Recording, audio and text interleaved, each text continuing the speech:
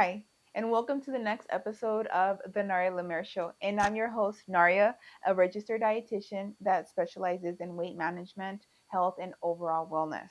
And today's episode is all about, are processed foods good? Should I avoid them? What should I do? And I get so many questions. And guys, I totally get it. I remember when I had so many questions about processed foods. It's like, okay, watch the ingredient list, watch this, watch that, panic, panic, panic. And today I want to tell you, just chill a little bit. Just relax. It's okay. We're going to get into it.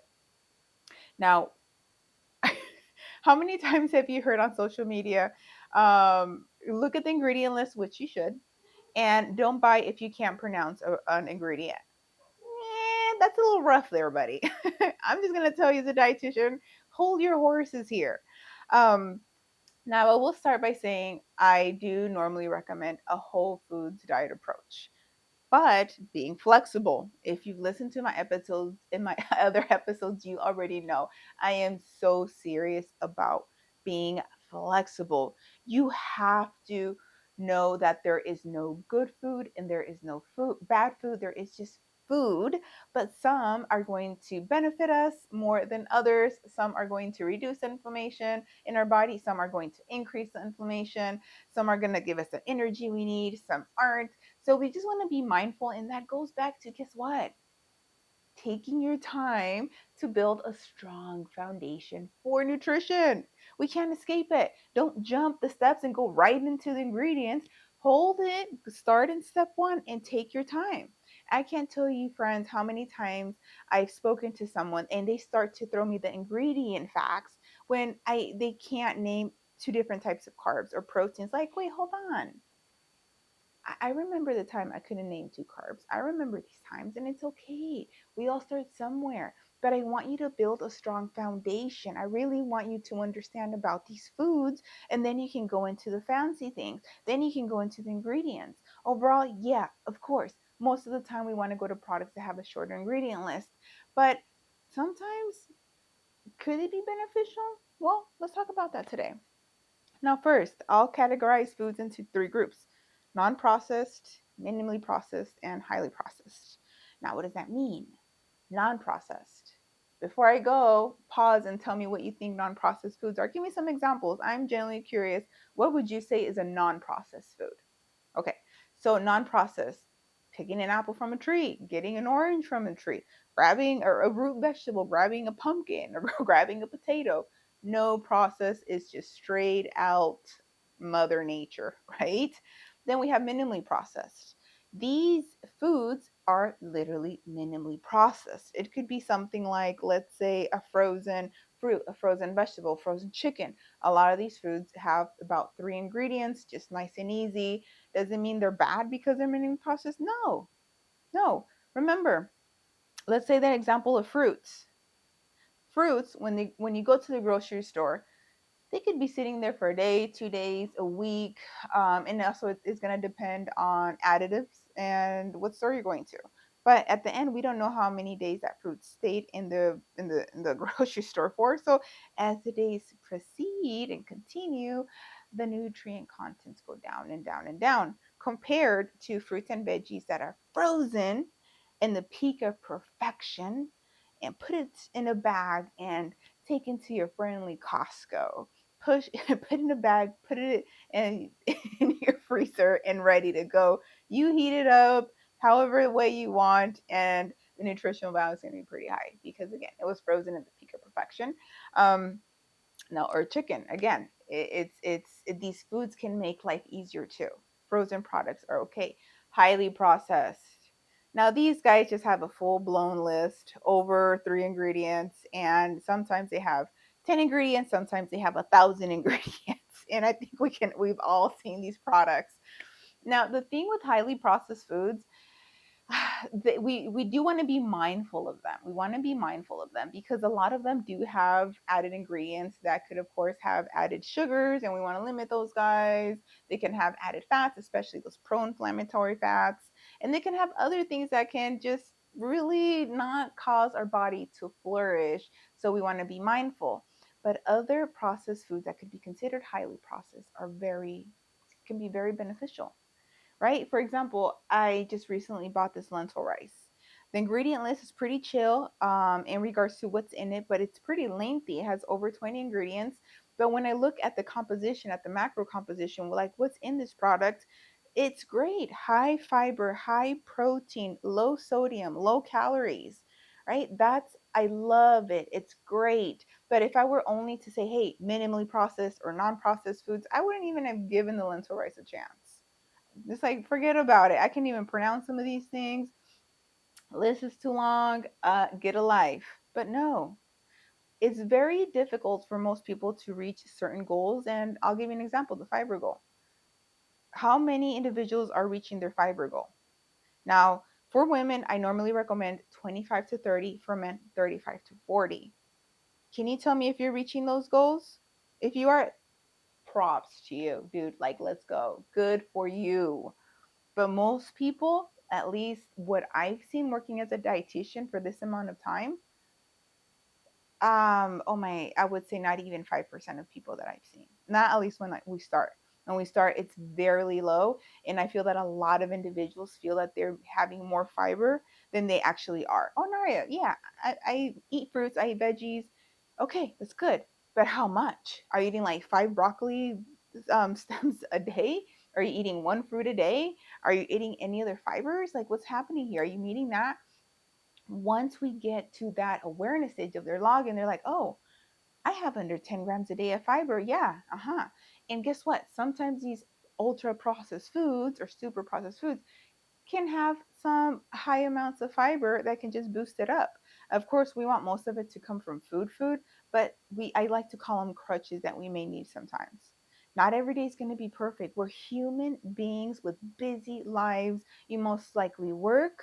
You most likely have a family. You got things to do. And not every day is going to be perfect. That's when it goes back to what I always talk about. Guess what?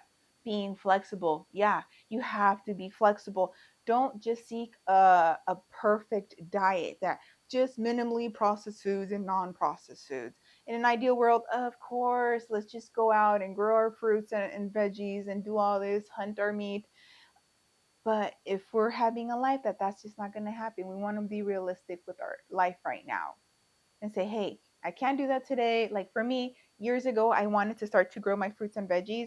I gave it a go, and guys, I don't have that green thumb. I wish I did. Maybe you'll catch me in a year from now making a different video that I have this amazing garden of fruits and veggies, but not today. Today, I gotta go to a grocery store to get most of my fruits and veggies. I will say I do have a few trees, which I'm mildly proud of. But I don't know if I'm proud of myself because my mom likes to come over and water it. But hey, it's in my property, so I'll take credit. I have a mango tree, a fig, a lemon, orange, and I will tell you here and there, apple actually, and here and there they'll give some fruit, of course, if they get love. But sometimes my love is just run out to where I don't give them much love, but my mom has a lot of love, so she comes by and just waters them, and I'll get some fruits from it. So that works out nicely. But most of the time, guys, honestly, there's not a lot of fruit, so I have to go to a grocery store, and that's okay. Also, if we have certain conditions, let's say we're diabetic, we may want to be mindful of these foods too, to where hey, I need to have a lower carb a meal, maybe higher fiber, balancing the fats, being mindful of these things. My point here is don't be scared of foods that have crazy ingredient lists. Be mindful of it. If I'm having lentil rice versus hot Cheetos, yeah, maybe they're both processed, but my body's going to react differently to these. Hot Cheetos, yeah, I don't know about that. That ingredient list is a little bit sketchy there. Lentil rice, okay, long still, but dude, the fiber, the protein, the numbers here are golden. We're talking about fried chips versus a baked potato, or maybe potatoes that you make at home. These are different products that your body's going to react to differently. Or the potato is not really a processed product, it's just a potato. But you're getting the point here, friends. Not all processed foods is bad, but you do want to be mindful that some do have added ingredients, like let's say cookies, Chips Ahoy, as delicious as they may be, or the Oreos, dip them in the milk, you take the top off. Or how do you eat Oreos actually? I haven't had Oreos in a while, but I've seen them a lot on social media. So I don't know if Oreos is pushing for it right now, but there's a video going along that you put the Oreo in the fork and then you dip it in the milk. And hey, you know what? That's a good idea because I don't like to get my fingers wet when I'm dipping, but I will because that's the way you eat cookies. You tip the cookie. But dipping in the fork is good. My point is, how do you eat your Oreos? Do you just go for it or do you take the top off and then you eat the white? And how do you do it? I'm curious. But my point is, Oreos very processed. Chocolate chips are very processed. Hot Cheetos are very processed. Are they bad? No, they're just food. They don't have any moral grounds or anything. They're just a piece of food. We, a human, the human being, makes the decision of how much we're going to eat of it. Of course, if I'm eating these processed foods that cause inflammation in the body, don't have fiber, don't have protein, higher fat, yeah, my body's not going to be happy about that. And guess what? I like to respect my body in the sense that I need to give it mainly whole foods. I know it needs the fiber. I know it needs that good protein. I know it needs all this good stuff, the anti-inflammatory fats. I know this stuff. So I really have to make it a goal of if my body needs this, I'm going to try to give it to it because I'm asking a lot of it to do. I'm doing a lot during the day. I'm doing this, I'm doing that, I'm recording, I'm doing this, I'm working out, and so forth. So if I want to work out at my best, if I want to feel my best and have energy and try to be a good mom, be nice to people, I need to make sure that I'm fueling my body. Because guess what? If my carbs are too low or if I'm not having enough calories, I get hangry. I don't know about you guys, but dude, I get so hangry. Just don't eat, especially if it's summer. If I haven't eaten in the summer, just nice Naria's out the door. I wouldn't even talk to myself. Okay? So, friends, don't be scared of all this processed foods. You want to be mindful. I don't want you to be scared of it. I just want you to be mindful of what type of food is it. Does it have that good stuff? Again, low fat, mindful calories or low calories, has that fiber, that protein. Okay, it's super processed, but it's pretty chill. I'm looking at the ingredients, not bad compared to these other processed foods. Be mindful of what type of processed product it is and know that your body needs nutrients. It needs those carbs, it needs fats, it needs all of these, but we want to be mindful of the types. That's when it's your job to take the time to learn about nutrition.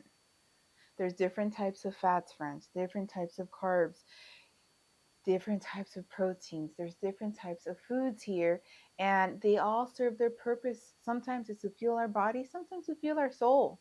Sometimes we just feel like, hey, you know what? I just want a few cookies. I want a few this. Like for me, one of the things I love to do is eat is the chocolate chip crumble cookie. It's freaking fire. If you like another cookie, let me know. But I'm just curious, do you like the chocolate chip cookie? And please agree that it's the best cookie. It's literally their purpose of being alive, of surviving. It's so freaking good. I keep thousands of those. Of course, I won't because I know it has all that added sugar. It is just sugar, actually. All that butter, but it tastes so good. Sometimes we just have to feed our souls, and that is okay. Friends, I don't want you to be scared of all this processed foods. A lot of it is very beneficial. A lot of companies are more mindful now of what we want and what we need, us that want to be health conscious.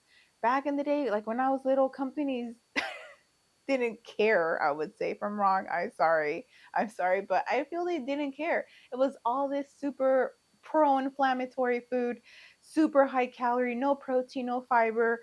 And now companies are like, people don't want that anymore. This is what they want. And a lot of it is going to be very processed. But is that necessarily a bad thing? No. Just chill. Okay? It's okay to have that. Of course, most of the time, again, you want mainly a whole foods diet. Yes, have that as the core. But if you find a product that is it's highly processed, but it has all that good stuff, feel free to add it. It's okay. It's okay. And if you're working with a dietitian, talk to them about it. Is it right for you? If you have a chronic health condition, is it okay for you? What should be the frequency? Should it be limited? Should it be avoided? Talk to your dietitian about these things because it's very rare that we fully have to remove a food. Is there situations? Yeah, but mostly it's just limiting the foods. Friends, take your time to learn about nutrition before you jump to step 10 to step 20. Take the time so you don't have to go back, so you don't have to start over. Aren't you tired of starting over now? I know I was so tired of starting over. I took so long to do what I do now, become a dietitian, to do my master's, to do all that. It took me time, but I was patient because I knew I was going to be able to answer the questions that no one ever answered for me before. No one ever gave me a correct answer. Now I know, and I am such at peace that I can teach, and I get to help other people develop an amazing relationship with food. And that's what I wish for you. That's why I create these videos. I get a lot of my content from you guys. Continue asking these questions. I love it. If you want another video, maybe some examples of two different types of processed foods, let me know. I want to be able to teach you. I want you to get value out these videos. So friends, I hope you learned something today, and I hope this allows you to feel more comfortable when you go to the grocery store and try a different product. Now, as usual, have a great one. Until next time, bye. And don't forget to subscribe.